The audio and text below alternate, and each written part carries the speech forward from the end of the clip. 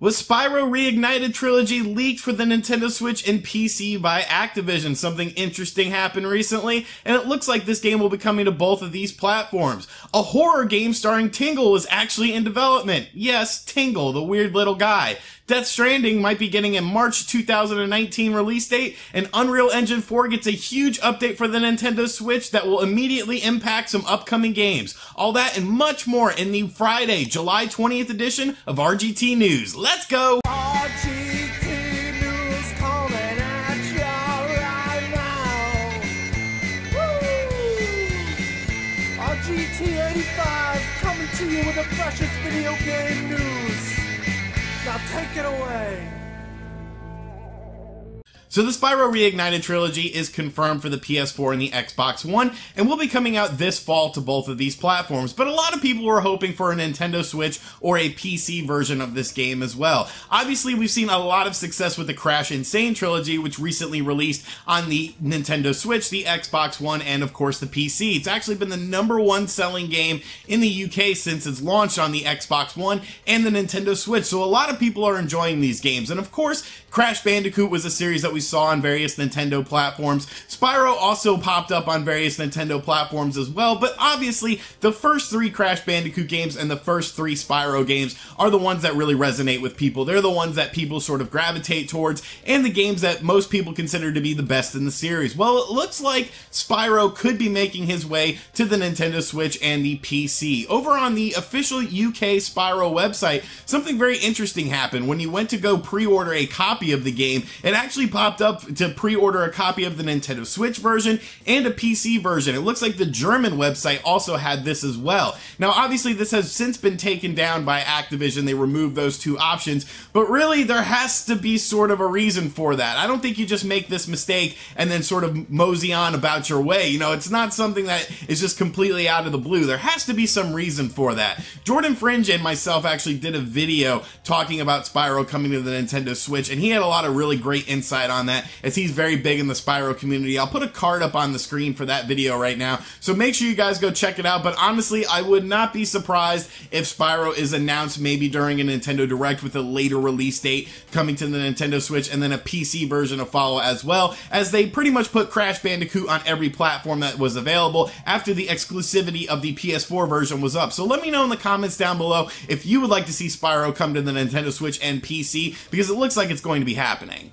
We talked about the Sega Ages collection coming to the Nintendo Switch, which are retro Sega games given a new coat of paint, maybe new options, maybe new game modes, but we didn't get any sort of time frame on when these things would be coming to the Nintendo Switch. Well, now we have that time frame. It was announced recently that the Sega Ages collection will start hitting Japan next month in August, with the first 2 games being Sonic the Hedgehog and Thunder Force 4. Now, these games will be priced at $9 or 925 yen, which is about $9 each. The Sonic the Hedgehog game features elements from the 3DS version, and it has the added-in spin dash as well. Now, purists can remove the spin dash, as that was not introduced until Sonic 2. There will be some other things added in as well. It'll have the Mega Play version, which is sort of like the Nintendo 10 Play Choice version of Mario Brothers with additional things. There's no additional 1-ups and things like that. It's more based on time. Now, Thunder Force 4 will have features from the Sega Saturn mode, including an easier mode, and even online leaderboards in it. So that's actually pretty cool in my opinion. I will definitely be checking out both of these games. There are of course 3 more games being released in this with Phantasy Star and Alex the Kid. So I'm very curious to see how these games perform. I think people are really going to gravitate towards them, since of course there is no virtual console on the Nintendo Switch. So I will definitely be checking these games out. I do hope that they sort of release everything in one collection though, maybe with a physical release down the road, because that would be really cool. But I'm definitely looking forward to seeing more stuff from Sega Ages. Of course, they have said that they will be exploring Sega Saturn and Sega Dreamcast games if these first batch of Sega Ages stuff does well. So hopefully it does well, because I'm definitely on board with seeing more Sega stuff on my Nintendo Switch. Sticking with Sega, during San Diego Comic-Con 2018, they said something kind of weird in regards to some Sonic Mania Plus characters. Of course, in Sonic Mania Plus, Mighty and Ray were added into the game, and they were pretty fun characters. They added a new level of diversity to the game, and you could do some pretty cool stuff with them. But they were asked if these characters would appear in modern Sonic games, and they pretty much said no. They weren't expecting Mighty and Ray to be introduced into modern Sonic games. Maybe in classic Sonic games that come out in the future, we'll see them more, but as far as newer stuff is concerned, no. And that kind of perplexes me. It's kind of like, why? I'm not the biggest Ray fan. I wasn't a huge fan of Ray in Sonic Mania Plus. I don't really know much about Ray, but I always thought Mighty was pretty cool. Mighty, of course, was introduced in Knuckles Chaotix on the 32X, and I always thought Mighty was an interesting character. So, I don't know. I would have liked to have seen Mighty in future Sonic games. Obviously, people like this character. Obviously, people like both of the characters. Every review of Sonic Mania Plus has been really good, and the inclusion of them really is pretty cool. So, I don't know. It seems like a weird thing to me. I don't know why you would try to restrict Sonic characters in future Sonic games as far as mainline new Sonic games, because there's a lot of characters to choose from, and I think people would enjoy seeing classic characters in new situations. Let me know in the comments section down below if you'd like to see Mighty or Ray in future Sonic games, but I guess they'll have to be classic ones. Is Death Stranding coming to the PS4 in March 2019? Amazon UK recently put up a listing for the game, and they have a release date of March 29th, 2019, which has a lot of people excited. Obviously, Death Stranding is a game that everyone's looking forward to, but I think this is just a placeholder date in my opinion. I don't think there's any way this game will be coming out in March 2019, because I don't even foresee it coming to the PS4. Everything we've seen from the game definitely leads me to believe that this will be a very, very late PS4 release or a potential PS5 release. We haven't still seen any real gameplay from this game, and it's been announced and revealed for a couple years now, so I feel like this game is sort of like Final Fantasy VII. It's definitely a long ways off. So in this case, I don't think Amazon hit the nail on the head. Obviously, this is probably the end of the spring 2019 release window, so sort of like when you see games that are announced for 2018, if there's not a release date for them, you see the December 31st, 2018 release date. I'm pretty sure it's a situation like this. Definitely don't expect this game in March 2019, or maybe not even on the PS4 at all.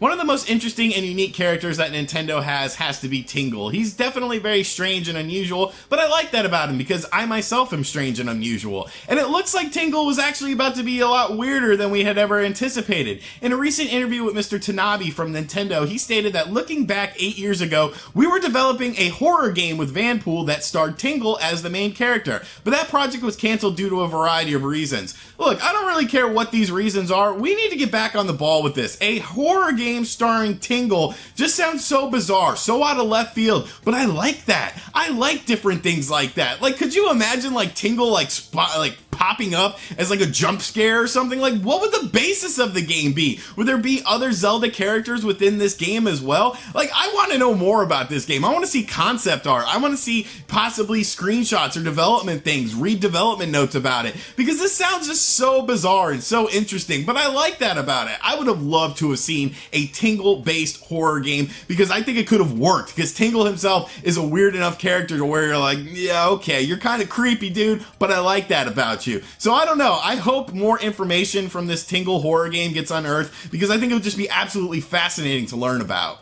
And finally, Unreal Engine 4 is a popular development platform, and a lot of your favorite games are developed on Unreal Engine 4. Of course, the Nintendo Switch has full Unreal Engine 4 support, but obviously it doesn't have all the bells and whistles that systems like the PS4 and the Xbox One have due to power constraints. But Epic just released a huge Nintendo Switch-specific Unreal Engine 4 update called Unreal Engine Update 4.20 that really has a lot of good ramifications for upcoming Nintendo Switch games, because they've really improved a lot of things. This is based off of the improvements made during Fortnite on the Nintendo Switch, because obviously Fortnite is Epic's game, so they are using Unreal technology within that game. But according to the listing on Unreal Engine's website, these are the following improvements done within this update. Support for dynamic resolution and temporal upscaling, low latency frame syncing for controller input, significant CPU rendering optimizations, improvements to threading, better texture compression, support for memory profiling,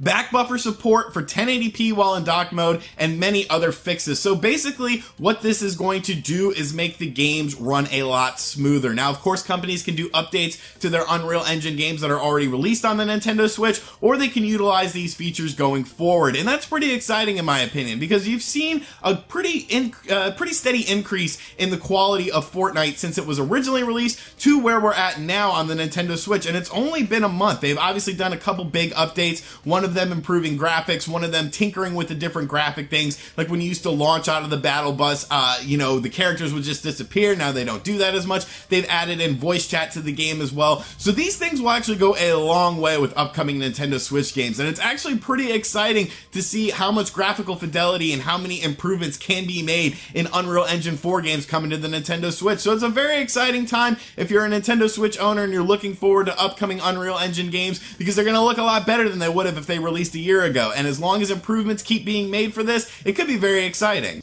Alright, and that is going to do it for the Friday, July 20th edition of RGT News. I am doing a $20 eShop gift card giveaway right now. It's lasting about 12 days, maybe 11 days by the time you watch this, so be sure to enter that. There'll be a pinned comment in the comment section down below. Very easy to enter, and thank you for watching this video. Let me know in the comment section down below what you think of all the news, what your favorite things from this episode were, and as always, if you're new to the channel, make sure you subscribe, make sure you turn on notifications, and I will catch you guys on the next video. Later.